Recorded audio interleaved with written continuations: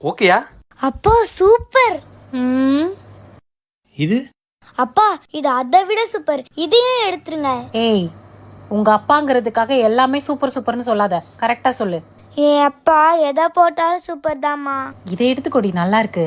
Super பாப்பா, நீ இதையும் எடுத்துக்க. Double okay. இது என்கிட்ட இல்லாத கலர். ஓகே பாப்பா, இதை பாரு எப்படி இருக்குன்னு, சூப்பரா இருக்கு. பாப்பாக்கு இதை பாரு, நல்லா இருக்கும். பாட்டிக்கிட்ட அப்பா ட்ரெஸ் காமிக்கணும், எடுத்தாங்கம்மா. இந்தா. என்னம்மா ஒரு ட்ரெஸ் தான் இருக்கு, இன்னொரு ட்ரெஸ் எங்க?